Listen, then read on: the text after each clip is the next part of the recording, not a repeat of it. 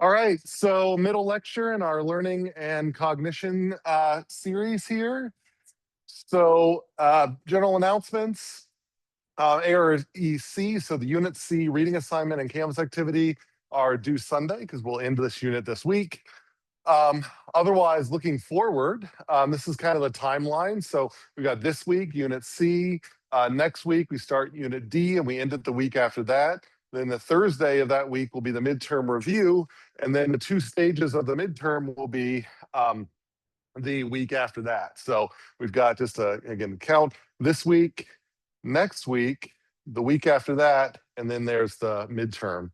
Again, this is a two-stage midterm. So there'll be a stage one, it'll be an individual. You can take in class or at home. You don't have to come to class, but I'll be here in case you do want to take it here. Canvas-based. So it will be, you get 90 minutes from whenever you start it. And you have to end it within that 90 minutes. It looks like nobody's in this class afterwards. So if you do come here, I can probably hang around for that full 90 minutes. If for some reason something does get scheduled, worst comes to worst, you got at least 75. The 15 is sort of extra for extra like technical difficulties. And then Thursday of that week is the stage two. You don't have to take it as a group, but it will be open and available, no lockdown. It will also be the exact same exam as stage one, but it's open book, open notes, and you can collaborate with anyone currently enrolled in the class, but you don't have to. So again, if you want to come here to collaborate during that day, that's fine. Otherwise, you can take it at home. Both of these exams will be open all day Tuesday and all day Thursday. So for stage two, you can just keep coming back to it all day because it's not timed. So that's kind of the lineup. And as we get a little closer to this week, I can give more details here. But any questions about this timeline moving forward? Yep. It says it should be on the Canvas calendar.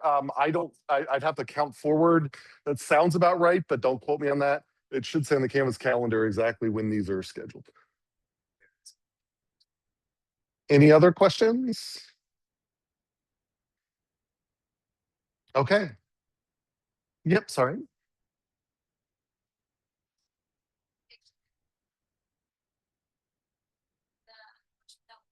No. So the scores, the answers, your scores, all of that will be hidden from stage one to stage two, but you will be able to use scrap paper on lockdown for stage one. And if you want to record questions that you thought you might be more difficult for you, so you have those notes to bring into stage two, that's totally fine. Stage two. So whatever week this was, I think we said maybe October 6th. So nominally stage one, you'll have sort of all day Tuesday to start it and finish it. Same ways with stage two would be all day Thursday to start it and finish it. Now, what I'm probably going to do is actually pop these open so that stage one will be available Monday, Tuesday, Wednesday, and stage two, Thursday, Friday, to provide a little extra flexibility, especially because I think this is the week before fall break. I could be maybe don't quote me on that. But I think part of the reason I did that was to also provide people travel flexibility if they want to knock this thing out, and because you can take it remotely and those sorts of things. So I haven't decided whether I want to do stage one Monday, Tuesday, and stage two Wednesday, Thursday, Friday. But I think usually the student preference ends up being stage one Monday, Tuesday, Wednesday, and stage two Thursday, Friday. But if you have strong feelings about that and want to make your argument, let me know. But I'll give you a lot of flexibility that week and when you in the availability dates for these. Other questions? Okay. So last time we talked about basic models of learning, and we're going to use those as lenses today to look at more complex examples of learning that we see in nature. So the basic ones we saw last time were imprinting, non-associative learning, habituation, sensitization, and associative learning or conditioning. So that was your classical conditioning and your operant conditioning. So as a little review from last time, imprinting, that's the one where during a critical period in the lifetime of an animal, then there is a critical feature that cues that animal to learn something that they will learn for the rest of their lives. So the kind of standard example for this is the identity of a parent. When something that looks, looks like a duck, quacks like a duck, in exactly the right time, then that will be imprinted on the animal as the parent of that animal. And so then that animal will, through its entire development, always know to go back to that parent, and it won't need to be reinforced. So that's the critical thing about imprinting, is that at this special period in life, then you get this lifelong memory. But then after that period, you can't re-imprint, so it's stuck with that. So that's imprinting. And so more modern example of that, so Wild Robot, which came up recently, suggested that maybe a little duck could end up imprinting a duck that was lost, then maybe might take on a robot as its parent and follow it around. So common cultural reference to imprinting.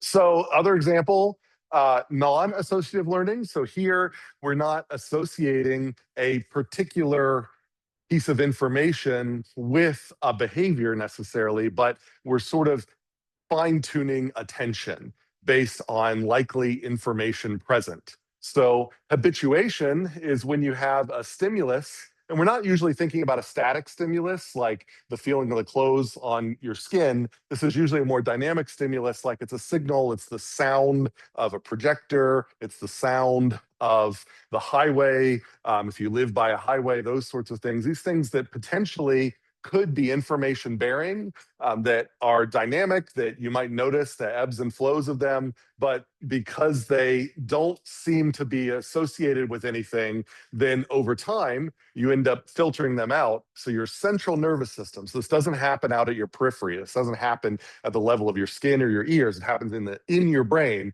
Your brain ends up not paying attention to those, so it tunes your attention.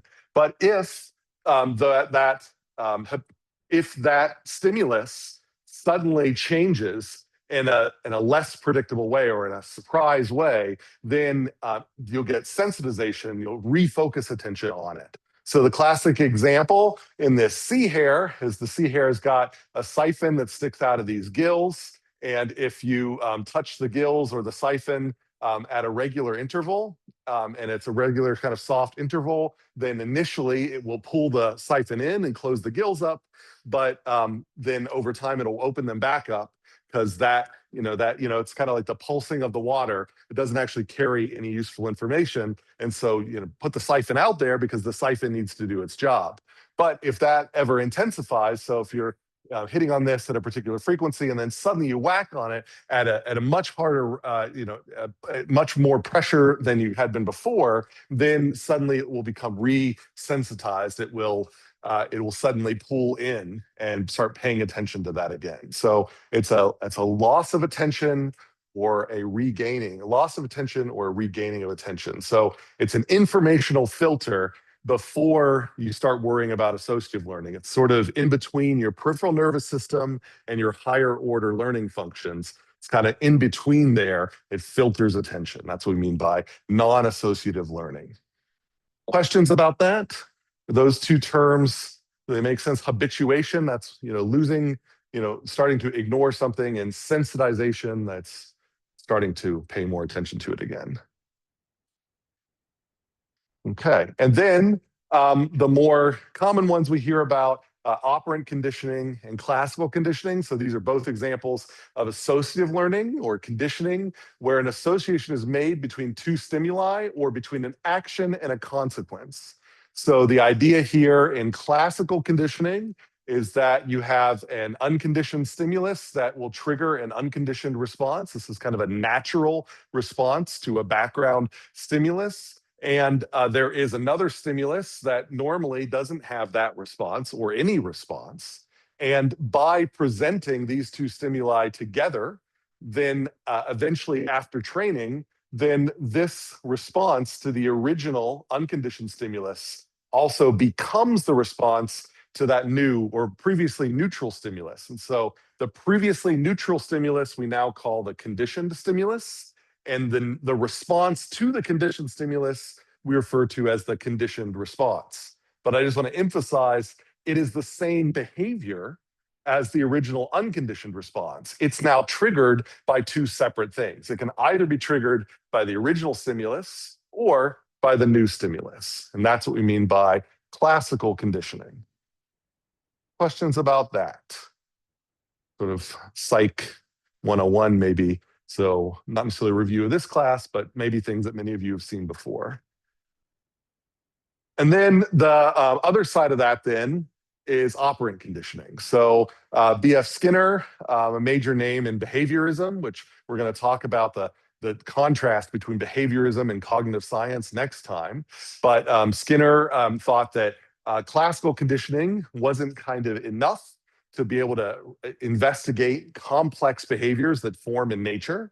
And so Skinner's paradigm was operant conditioning. So the idea was you have an operant, which is a behavior that, or sorry, an operant, which is a behavior that results in a consequence. And so the idea here is that an animal behaves in a particular way and receives feedback from the environment, and that changes the frequency of that operant. And so it might be that that behavior is accidentally emerges spontaneously, and then suddenly a huge reward is felt. And then the animal learns that it should do that behavior more often and get that reward. Or it might accidentally wander into an area that it's never wandered into before, and it gets a huge punishment. It gets a negative experience, and that makes it less likely to do that. So that modification of the frequency of behaviors is what we refer to as operant conditioning. And so the idea here is there's two mechanisms, one that increases frequency and one that decreases frequency. And we're just going to say anything that leads to an increase in frequency is a reinforcer, reinforcement. Anything that leads to a decrease in frequency is a punishment. And that's just our simple definition of what we mean by, that's how we operationalize operant conditioning. Increase in frequency is reinforcement, decrease in punishment. But there's two different ways you can apply reinforcement and punishment. You can either take something away that's always there, or you can add something new that wasn't there before. And so that's where we get this further division of positive and negative stimuli. So either of these, you can have positive reinforcement and negative reinforcement. You can positive punishment, which sounds funny, or negative punishment. And so positive means that you're adding something that wasn't there. And if you add something that wasn't there and that causes an animal to do that behavior more often, it's positive reinforcement. If you add something that wasn't there and that causes an animal to do that behavior less often, it's positive punishment. Likewise, negative reinforcement and negative punishment. So the idea is that if you take away something which causes the animal to do something more often, so they're sort of maybe always in an adverse environment and then suddenly it becomes better, so you took away that whatever that stress was. If you take away that stress on the animal when they do a particular behavior and makes them do it more often, then because it's doing it more often, that's reinforcement. But because you took it away, it's negative reinforcement versus positive reinforcement. So questions about those categories. So both of these here apply to both of these here. Okay. And then we can, so how do you test these things? Behind this, you can kind of see it's this little translucent. There's a bird in a box. Here is a rat in a box. And so, these are so-called Skinner boxes. A common feature of the laboratory environment gives you a lot of options to apply different types of stimulus that are likely to increase frequencies or decrease frequencies of behavior. You've got different stimuli that can trigger behaviors. So a lot of different tools that you can use to test learning. And often it's what you're doing is not testing whether an animal can learn. Often you're sort of saying, well, this is an animal in one group and an animal in another group. Let's measure those. Remember, we talked about those learning curves. Let's measure the learning curve in one group versus a learning curve in another group. So if you think that there's a particular neural pathway that's involved in learning, you might be able to genetically alter an animal to not have that pathway. And you can then test, okay, so under our hypothesis that that is a mechanism of learning, since we've removed that mechanism, we should see a decrease in the ability to learn. So our prediction would be you put them in the scanner or the Skinner box and you see less learning. If you see an equal amount of learning between the group with the normal pathways and the ones with the altered pathways, then that doesn't support your hypothesis that that was the mechanism of learning. So that's usually how we use these sorts of things.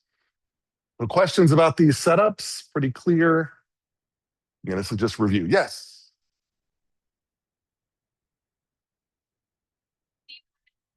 Mm-hmm. So there's a hypothesis there so a steep learning curve, so a learning curve where you learn quickly, so there's not many trials are needed in the first couple of trials. Then so in the case of classical conditioning, it'd be how quickly you make that association. In operant conditioning, it might be how quickly you increase in frequency of the behavior or decrease in frequency of the behavior. So a steep learning curve would be that if an animal shows a steep learning curve, they learn quickly. Now, there's a hypothesis there that if you learn quickly, you might also forget quickly. That isn't necessarily the case, but it might be certain animals that is the case, other animals there isn't the case. So we would look to test for that. So we might put them in a setup like this, see how quickly they learn, take them away from the setup, bring them back to the setup, see if they still remember. And then do we see a correlation that ones that learn fast also forget fast? And you could absolutely do that. It's a great question to ask. And if you do find that that's the pattern, then there's all sorts of mechanistic questions about how does that work? Is there, are the pathways for memory the same as the pathways for forgetting? All of this sort of stuff. If they're parallel pathways, then maybe they have different dynamics. Those sorts of things. You can then ask why questions too, like why might it be good to learn something quickly and forget something quickly? Maybe the environment changes so fast that the same pressures to learn things quickly also mean you should forget them quickly because it's going to change, and anything you remember from the old environment you need to get rid of. So great questions can stem from that. Any other questions? And then one that I'm not going to worry too much here, but I do want to at least bring it up, is that when you're training an animal, you have to think about the ecological relevance of what you're training them to do. So are they prepared for the task? So is it relevant to their evolutionary history? So as you'll see in the reading for this unit, squirrels, and we'll talk about it here too, squirrels can find nuts and bury them places and then come back to those places and dig them up. So that is a task that squirrels are able to do. So we don't know if that involves memory. That's a hypothesis. But you could generate a task that is analogous to that type of task, and that would be relevant to their evolutionary history. It might be easier to train them along those. But if you come up with a task that is completely irrelevant, then so there was a famous example with honeybees. There was an ophthalmologist in like the 1920s or something like that, and they put honeybees in a box, and then they put blue light and yellow light in corners of the box. And then they wanted to see if you open the corners of the box so they're streaming in at the same time, blue light and yellow light, would the honeybee go to one color or the other? And they found that it was a 50-50 chance. It didn't go to blue or yellow. And so the ophthalmologist who was doing this study on the honeybees then inferred that honeybees cannot see in color because they did not have a preference for blue or yellow. But then von Frisch, who's the one who discovered the waggle dance, which I think we'll talk about later in the semester, said, well, that's not ecologically relevant. Like, if a bee is trapped in a box, any light is probably a good cue to get out of the box. And so why would you expect there to be a preference? So von Frisch then came up with some of these experiments, which now people do to these days, where you come up with little like plastic flowers that are colored differently. And some, maybe the blue ones were rewarded, and so they had nectar in them. And the yellow ones, these little fake plastic flowers, were not rewarded. And after bees experienced a room full of these things, where the blue ones were always rewarded and the yellow ones weren't, it turns out the bees would just go to blue. So then under that, more ecologically relevant, like, bees forage on colored flowers. They were prepared for that task. So it was a much more ecologically relevant task. So that's kind of what we mean by prepared or unprepared. And then there's contra-prepared, where you're trying to train an animal to do something. You're training a predator to maybe not eat its prey. That is something that it would be particularly difficult to do. But for different reasons, that might actually be ideal for your study. Is that we want to see how hard it is to maybe we're studying the effect of maybe we have a model system that is where we think there's pharmaceutical trials in humans that might help break people of certain habits. And if we find that we can get animals that are contra-prepared when they are given this same treatment to be able to learn things that you wouldn't expect them to be able to learn, then maybe that teaches something about these vertebrate neural pathways and potential pharmaceutical interventions in humans later, or something like that. So it's good to know about these three different options for training. So any questions about what I mean by prepared, unprepared, and contra-prepared? Not something I'm going to dwell on a lot. You might expect on a midterm or a final, maybe one question, very, we would say low-level Bloom's taxonomy. It would be a definitional question. This is not something that I'm expecting a lot of higher order thought about. Okay. All right, so questions at all? You remember the star? Well, it's the exact same question with that star. So just to make sure everybody remembers that, then I'll just open up the multiple choice.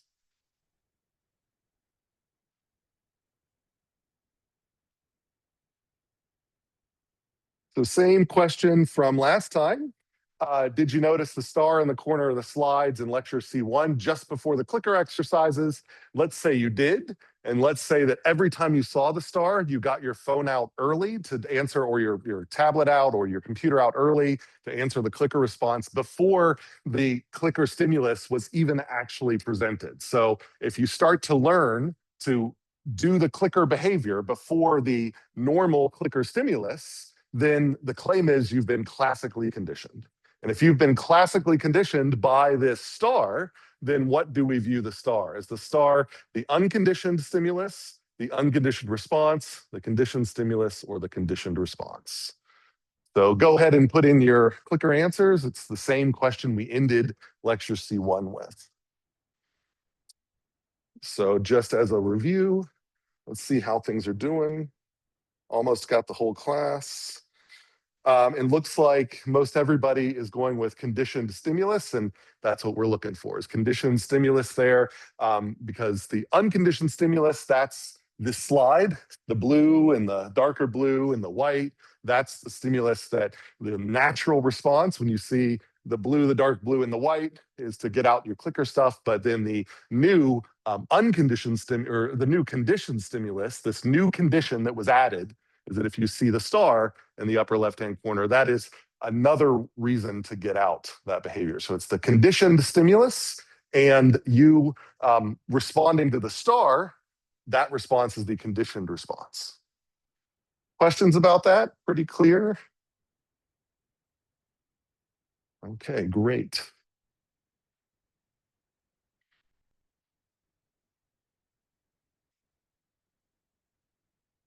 All right, so let's then apply these lessons to more complex examples.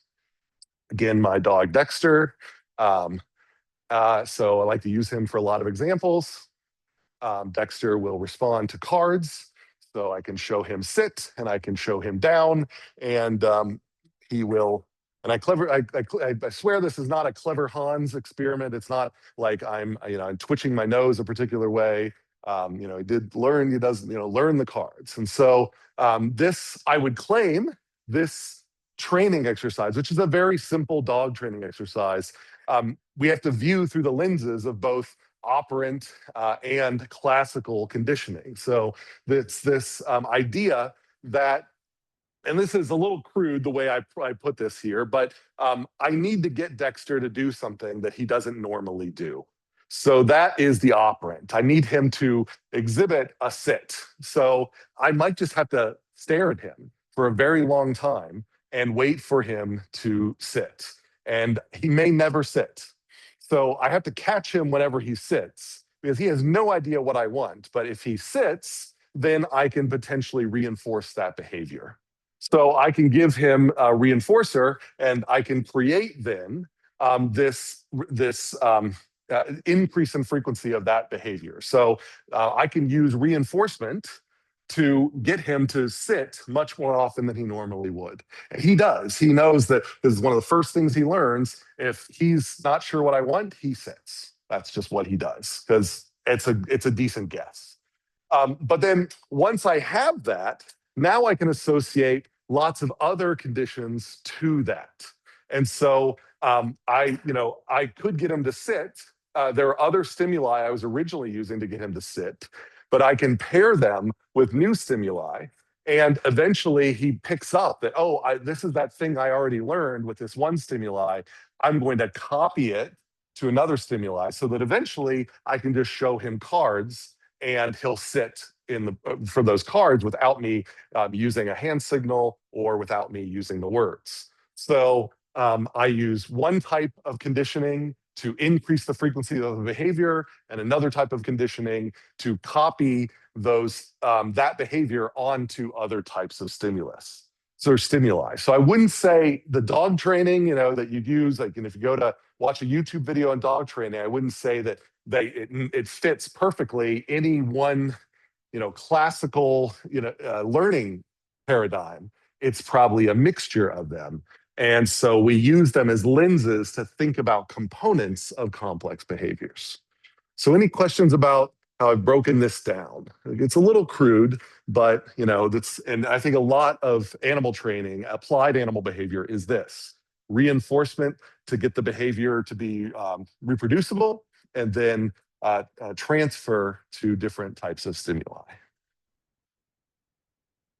All right, so that's one way, an example of using these basic models as lenses to think about complex behaviors. And sometimes when we do that, we find surprises and things that just don't fit any of the models that we know about.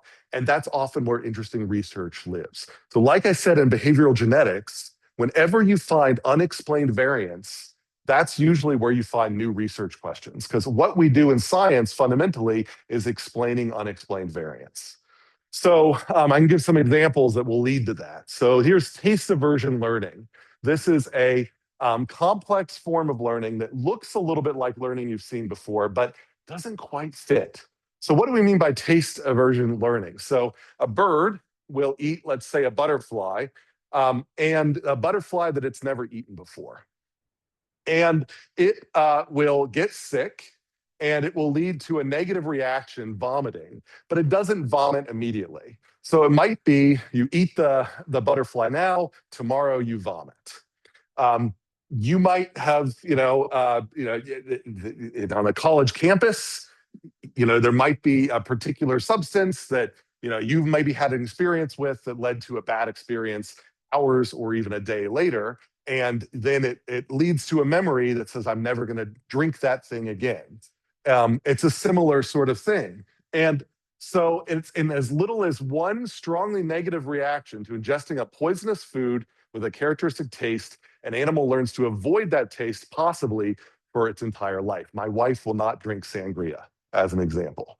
And so you look at this and it seems like it might fit imprinting because it's for the entire life, but it's not quite imprinting because it doesn't occur during a critical time. It can occur any time in life, and then it is lifelong after that.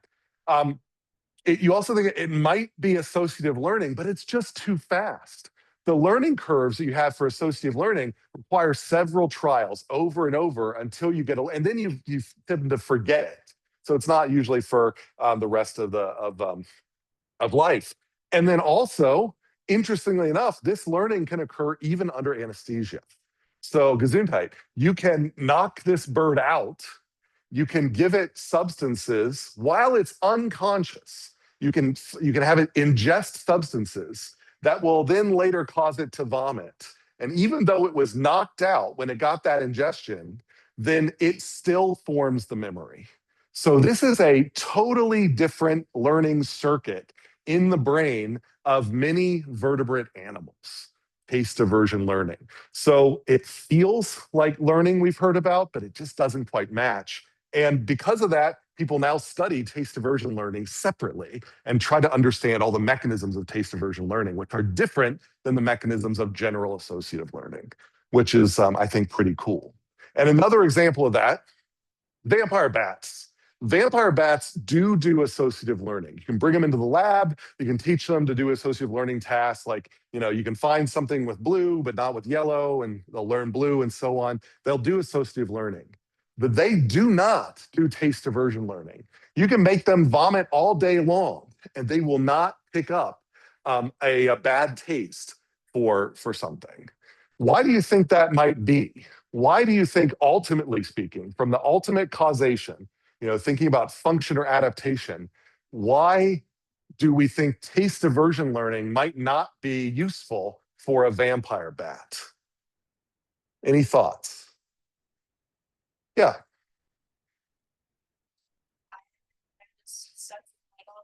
So if they were to develop taste aversion to blood, then that would be an aversion to like everything possible and every planet there. Yeah, well, in the blood they drink, do you think is it blood from a dead animal or a live animal? I would think most of these vampire bats, if you hear vampire bats, they're actually foraging on live animals, live blood. So, but the point you're making is excellent. That is a great hypothesis, is that their meals are fresh. I mean, they get it straight from the shop. They can go to the cow. This is a healthy cow. It's got blood that is being taken care of by the entire system of the cow. It's being filtered by the cow. The cow is producing high quality food for this little critter. And it's very, very rare for the blood that vampire bats drink to be poisoned in any way that could have negative consequences for the bat. So much so that taste aversion learning, if you accidentally get a taste aversion to blood, that's going to kill this poor bat because they are specialists on it, right? So taste aversion learning is actually too costly for these bats. So it is to their advantage, hypothetically, this is a hypothesis, but it is to their advantage to lose taste aversion learning. So it's my thought that taste aversion learning, I'm pretty sure, is more ancient than these bats. But along this branch of the tree of life, it's been lost because bats that drink from the blood, it's actually too costly to have taste aversion learning. You get so little benefit and you potentially have so much cost that has been squashed. And so you don't get taste aversion learning in these bats. So I think that's kind of interesting, but it shows here that taste aversion learning is a completely different circuit than associative learning. You can lose your taste aversion learning, but still have your associative learning. So that's kind of what we're saying here. Does anybody know about the cane toads in Australia? They're these poisonous, invasive critters that a lot of the local wildlife tries to eat, and they get killed by them. And those critters, those little marsupials, the quolls or everything else that are out there that try to eat these cane toads do have taste aversion learning. But the cane toads kill them so quickly that they don't survive the next meal to use that taste aversion learning. So one of the things that they're trying to do is actually create less potent toxins that have the same taste as cane toads and distribute them in foods that are available for these wild animals to find. And what they're finding in these areas, when you allow taste aversion learning to be learned, so you actually provide them artificial, dummy foods that they encounter that cause them to throw up and survive, they're seeing a much greater survival whenever there are real cane toads around. So if you let them pick up the taste aversion learning, there are fitness benefits. And that, if they do happen to taste a little bit of that cane toad, they don't pursue it because they immediately get that taste aversion. They stay away from the cane toad. All right, questions about taste aversion learning. Seems kind of like associative learning, but it's a totally different circuit. Yeah.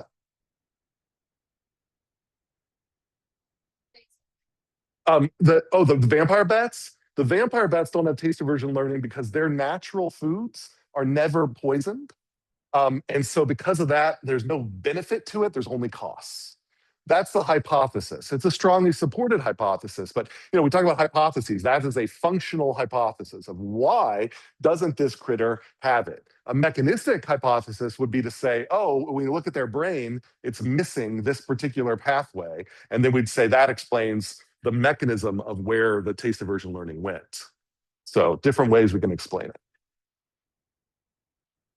Any other questions? Great. Another example, trial and error learning. So Steller's J, great example of this. This is a very interesting bird that is well known for its ability to defeat campground devices mean it can keep birds out. It will just try. It'll try a variety of different things. It'll reshuffle, and eventually it gets in. It's really good at it. It's also an aggressive predator on eggs of other birds. And so the thought is that it has these abilities to get into nests and avoid detection and avoid defenses that might be put up to keep it from getting into these eggs. And that also allows it to defeat human traps or human barriers that try to keep it out. And so this trial and error learning, it just basically, you watch it. It'll explore different strategies in order to see which one of them works. And then once that one works, then it will start doing that strategy over and over. So what type of learning do you think this is most like? So it's trying a bunch of things until it figures out one thing that works, and then it does that thing over and over. What does that seem most like? When we think about the types of learning we've learned about last time, the simple types of learning. Conditioned response, operant conditioning in particular. So it's increasing the frequency of a behavior. So we would say, oh, it's trying a bunch of things. When it gets a winner, then it says, now whenever I see that blue device, then I'm going to cock my head to the left and move it up a certain way, and I'm going to keep doing that, and then I can quickly get to that. And I just had to try a bunch of things in order to get there. So it finds the key to the lock, and then once it finds that key, it remembers that key, and it just keeps going at it. So that's an example of so-called trial and error learning, when you see an animal that's shuffling through different things and finding one and then going with it. So it's right in the name, reinforcement, trial and error. I'm going to try this. If it doesn't work, I'll try something else. If it doesn't work, eventually I find the thing that works. So that's one that that operant conditioning actually fits pretty well with. Okay.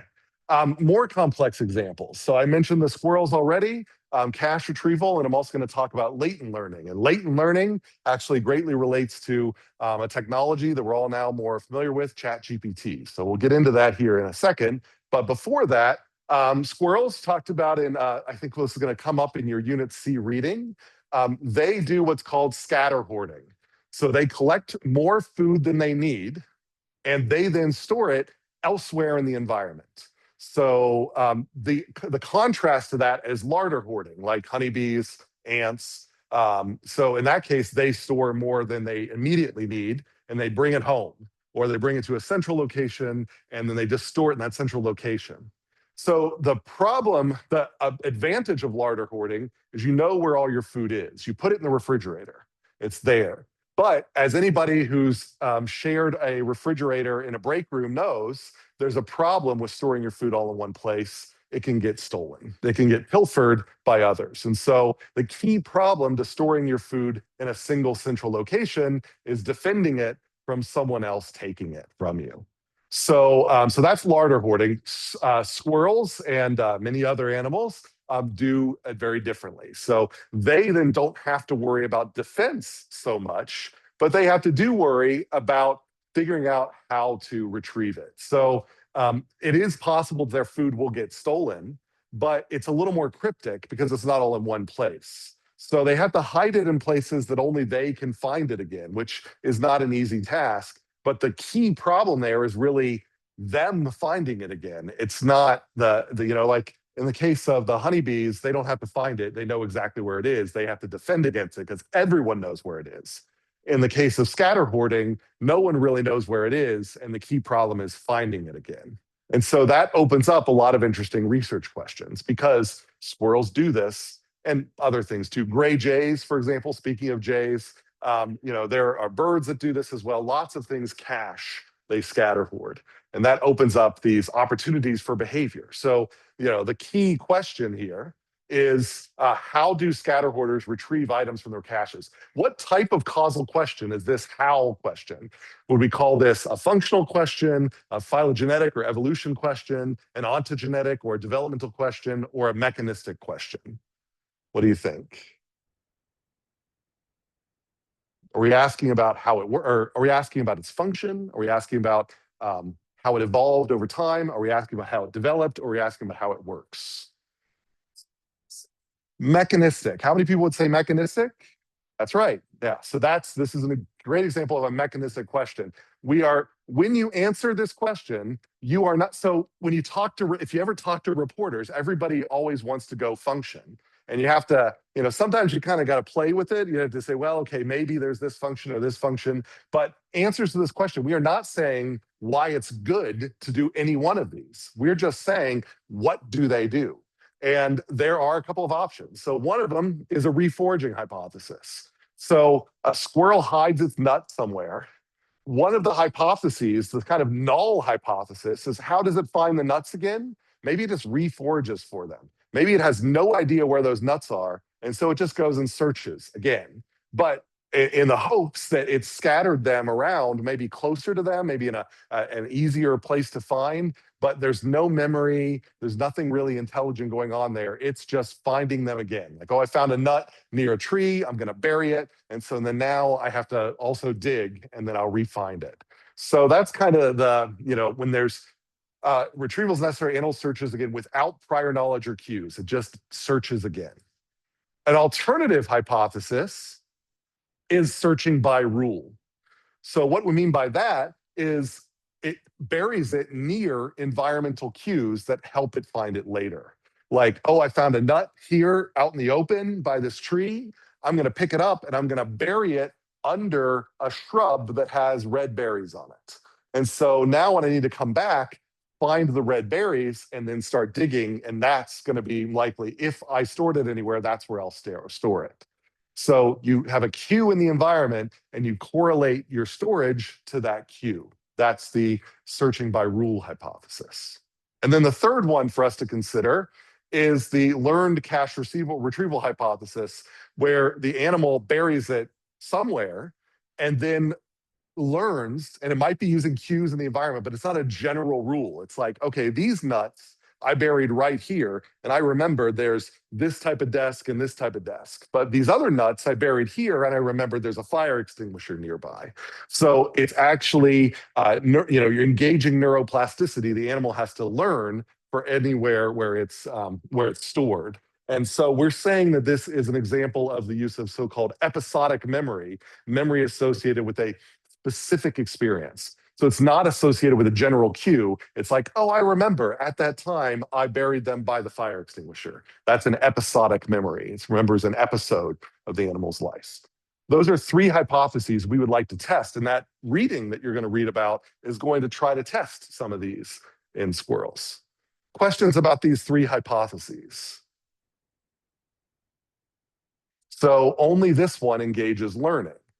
And you can think of it as sort of a very complex version of associative learning, where you are associating a new set of cues or experiences with that reward of those nuts. So it's doesn't quite fit, but you can definitely see that if you tested associative learning, you're probably also going to get at capabilities of the squirrels to do this learned cache retrieval.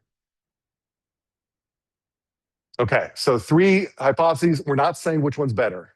Under some environments, this is going to be better. Under other environments, this will be better. Under this and other environments, this will be better. We can't say uniformly which one's better.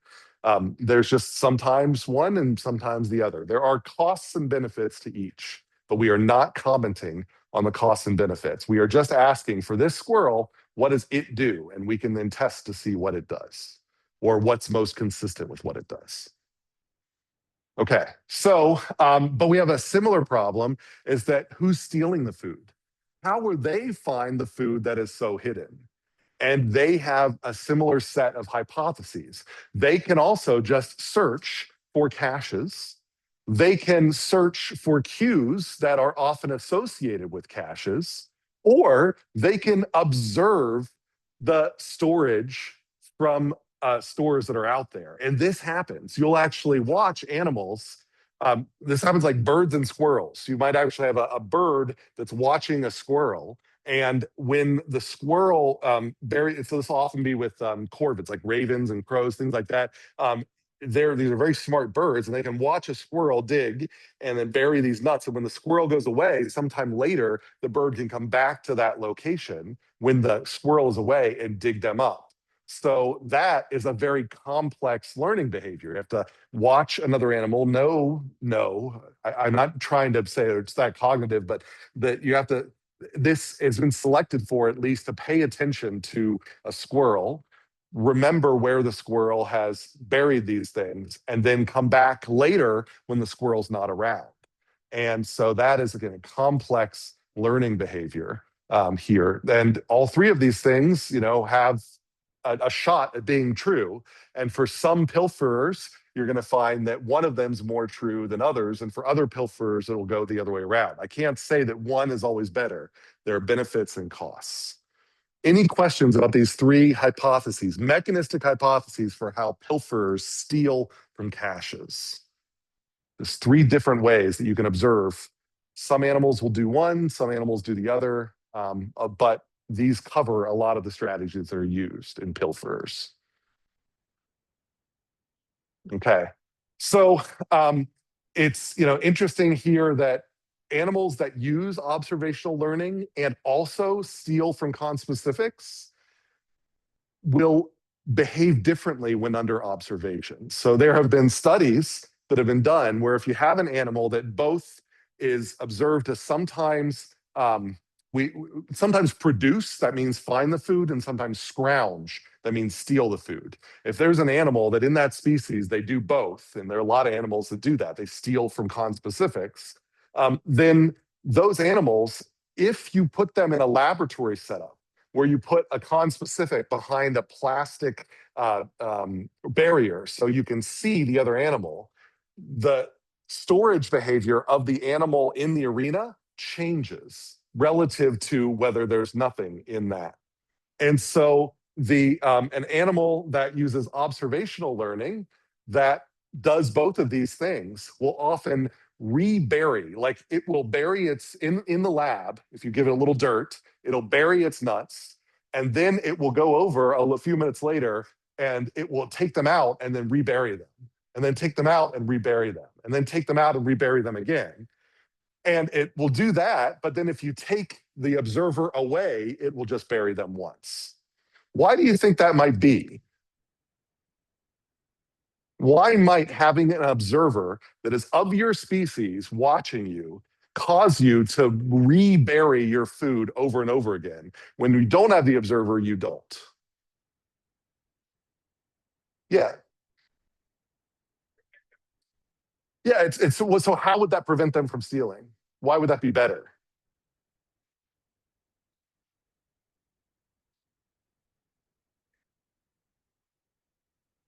Right, it's a harder learning task. It's a lot harder if the observer is watching, they're forcing the observer to keep track. It's a lot like having those, cups that you're moving around to try to say, like, is the ball under one cup or the other? And you're constantly shuffling those around. It's the same sort of thing. And so this is these types of studies are some of the studies that suggest that certain animals are cognitive and that they have a sort of theory of mind, that they are able to anticipate that if I make this easy to find, then another animal is likely to come back and steal these. And so when I see another animal, knowing that that animal is probably trying to steal from me, I'm going to be extra defensive. And so that is one way people talk about theory of mind, which is something we'll get into in the next lecture. But that's an example there. Any questions about these things, about pilferers and their relationship to hoarders? Okay, great. All right, so another example, classic example, Tolman's rats, which you might have heard about if you take a psych class. Tolman has a lot of foundations in psychology. The idea here is an old experiment. You take rats and then you put them in a maze. So this is just a chalk drawing of a maze, but it turned out Tolman used a bunch of these T mazes and junctions and things. And you can measure how often the rats go into dead ends, like turn into dead ends, and those are kind of failures, or go to live ends in the maze. Now you can record, so this experiment runs for, let's say, 22 days. And there's 3 different groups of rats. There's a group of rats that has never provided cheese at the maze. So then you can see how quickly do those rats learn to run the maze without making dead ends. Then there's another group that is not given cheese until after the 11th day. And so they have no cheese for the first 10, 11 days, and then they get cheese after the 11th day. And then you have another group that is given cheese the whole time. Any guesses here as to which rat learns the maze most quickly? How many people think this rat learns the maze very quickly? How many people think this rat learns the maze very quickly? How many people think this rat learns the maze very quickly? So most people are saying that this rat here learns the maze the fastest. That, I think, is what Tolman might have thought too. Turns out that's not the case. So let's look at some data from this. So these are real data here, and I'll annotate them to make it easier to read here. So this first one here, what we see on the y-axis, these are the number of blind alleys, errors in a maze. So these were T-maze junctions. So a rat would hit one of these T junctions and it could either turn down the blind alley or turn down the live alley. And you can measure, so initially all rats in all 3 groups in a given maze, they'd all make the same number of errors. And so as these lines decrease, you're seeing them learn the maze. So if you don't give them any cheese ever, then they do eventually learn to get through the maze with less errors. But if you give them cheese the whole time, they learn faster. And so that's what we see here. They are learning to make less errors. But the interesting thing that Tolman found is if you mix those so that for the first 11 days, you don't give them any cheese, they look just like the no cheese ever group. But on the 11th day, when you give them cheese, then suddenly they can find their way out of the maze faster than the ones that have cheese the whole time. So this third group here apparently was in the background learning the maze, but you couldn't observe that learning until after you gave it reinforcement. So this is what Tolman viewed was unreinforced learning up to day 11 that was then revealed after reinforcement. And this is something that Tolman called latent learning. So learning without reinforcement that could then be used later when reinforcement was added, so-called latent learning. So everybody get this before we move on, and we're not going to move, we're still going to talk about latent learning, and we'll define latent learning on the next slide, but I want to make sure we understand this graph, is that the thought here is that this treatment group is actually, and arguably probably this treatment group too, is learning the maze, but it doesn't have any reinforcement to show off what it's learning, and then when you finally give it reinforcement, then you see that come up. So it's almost learning general properties, and then you give it the reinforcement, and then it somehow is an even better learner than if you just gave it have it specialize on cheese to begin with. Is that clear? So it's a weird result. No cheese plus cheese is the fastest learning. And so we call this latent learning, learning that is acquired in the absence of immediate reinforcement. It's not observably manifested until a specific need exists later. And Tolman coined the term in a later paper, cognitive math. he was saying that what was the rats learning? The rats were learning a cognitive map. They were, in Tolman's hypothesis, the rats were actually learning spatial relationships. They were learning this map in their brains, even though they didn't know what to do with it. They were just latent learning, just happened to learning that, okay, if I walk this far, I turn right, that's a blind alley, I'll turn left. So, I want to go left, left, left, right, right. That's how I make it through this maze. And they had no reinforcement, they just happened to learn the map. So then when you then ask them about the map, so you give them a cheese and say, hey, can you find this cheese? Then they say, oh yeah, I actually have this map, and I can use this map to find the cheese even faster. That's so-called latent learning. Now, since then, behaviorists have provided other explanations for how you can get the result that I just showed you without forming a cognitive map in your head. But it still is a reasonable and interesting hypothesis to consider. Any questions about these definitions? And we're going to talk more about this next time when we talk about cognition as well, because Tolman was a big part of some of the early groundwork for cognition and comparative psychology. Now, I mentioned that this links current events. There is, GPT, chat GPT. GPT stands for generative, which means it generates language, pre-trained transformer. Well, that pre-trained, what is that? That is a form of latent learning.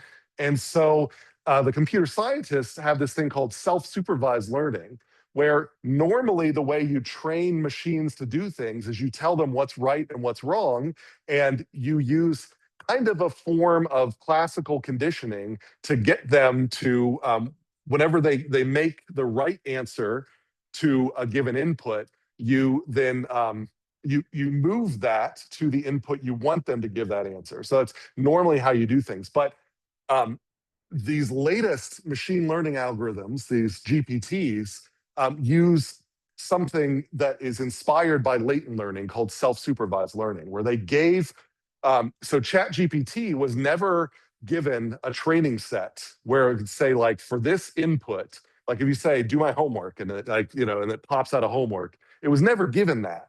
ChatGPT was given just books and books and books. And then it will, during its pre-training, just grab words out of the books, black them out, and then try to predict those words based on the words around it. And it just autonomously decides what things to black out, what words to replace, to see if it can find those. It basically wanders around in a maze, and over time learns patterns of language. And then later on, you then say, do my homework, and it says homework. That is a novel thing, just like presenting cheese to the rat. It has learned patterns in the maze, and now that you've presented the cheese, it can find its way through. So that is now a computer-based version of this idea that was first studied by Tolman in the 30s. So that's what the P in pre-trained, that's what pre-trained means, latent learning from an artificial perspective. So that's what that's about. Any questions about latent learning? Let me wrap up our last couple of examples here. Okay. All right, so now getting back to the what I opened the opening slide with, social learning. So right now we've talked about the individuals not really learning from each other, except for maybe the pilferer learning from the hoarder about where to find the cash. So social learning, there's some great examples of this. This is one example of migratory behavior and whooping cranes. This is sort of a famous story of this population of whooping cranes that got kind of alienated from. So the way whooping cranes learn migratory routes is by following a parent, and the parent will fly that migratory route. And then after it flies that route, then the offspring will know that route, and then they can migrate back and forth. And so there's the history of this is complex, and I think I've got a link on this slide if you want to read more about it. But essentially, they were trying to establish a population of these whooping cranes in an area where they weren't where they had been lost from, and they needed the ability to teach these migratory routes. And so what they were able to do is get these whooping cranes to imprint on a scientist that dressed up in a white outfit with kind of a whooping crane sort of beak on. And that scientist could fly in this ultralight glider and they would follow them. And you could actually then, this thing doesn't have a lot of fuel, so it would have to, this is like going from, I think, Michigan to Florida.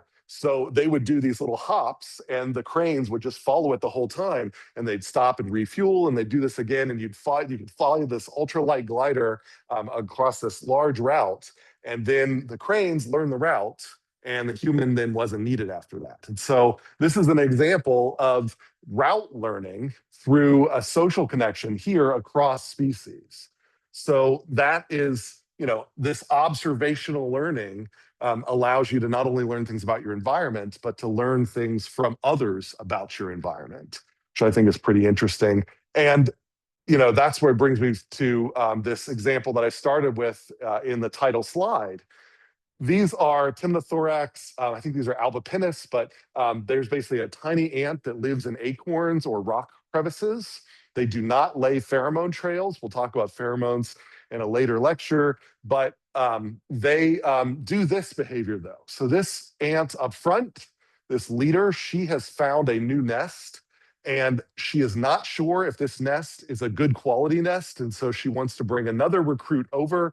I'm adding a lot of she wants. Please excuse that, but the idea here is that you need another recruit to assess that nest. This one in the back does not know where this new nest is. So this one will step a few steps and wait for this one in the back to touch her on the rear end. Notice the one in the back is swinging her head around a lot more than the one on the front. Other experiments have demonstrated that it appears like this one in the back is visually encoding the landscape. So she touches the one on the front when she's ready for her next little information. They walk a few steps. She looks around. She says, okay, everything's there. All right, I'm ready. A touch, and then you get the next couple of steps. So these two will walk this whole way back to the new nest. And when they get there, kind of like those whooping cranes, then the one in the leader will walk back to the old nest and do it again. And this one will stay at the new nest, check it out, decide whether she likes it, and then she'll come back on her own.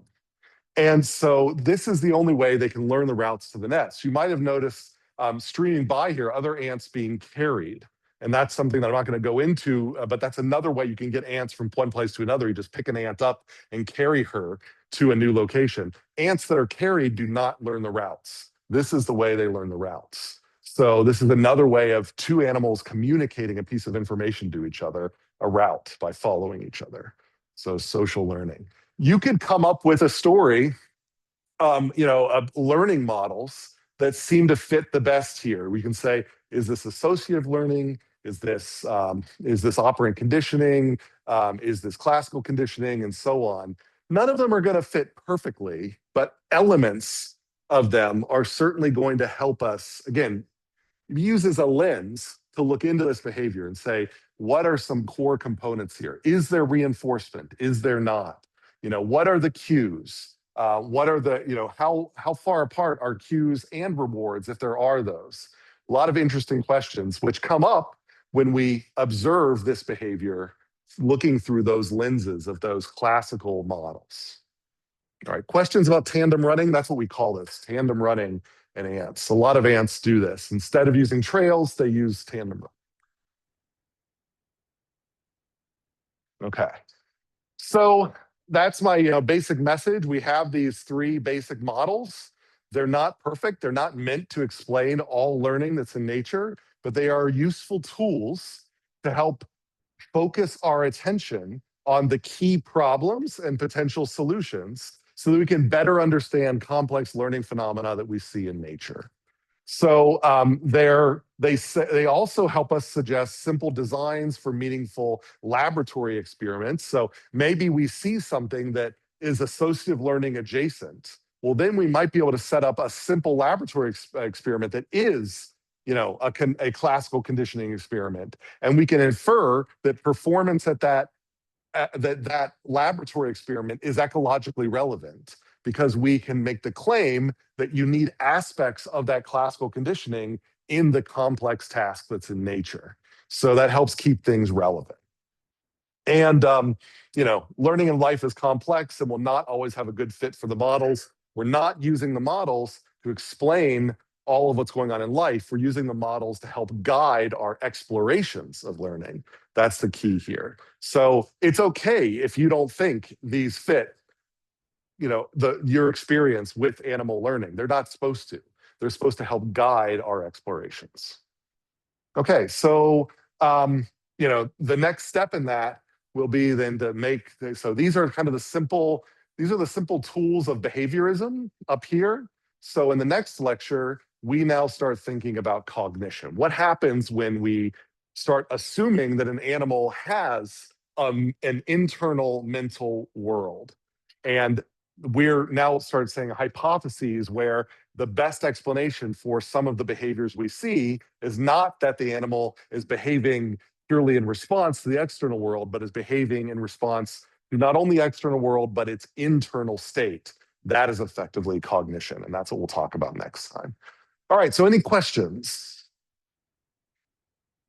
All right, with that then let's wrap up with this last clicker. Question here, what type of food caching behavior involves distributing stored food all throughout the home range, as opposed to storing it just in their local home? So it's all throughout the environment. Is it larder hoarding, scatter hoarding, central place foraging, or pilfering? And that's all I've got for you. So we'll see you next time. Feel free to come up if you have questions.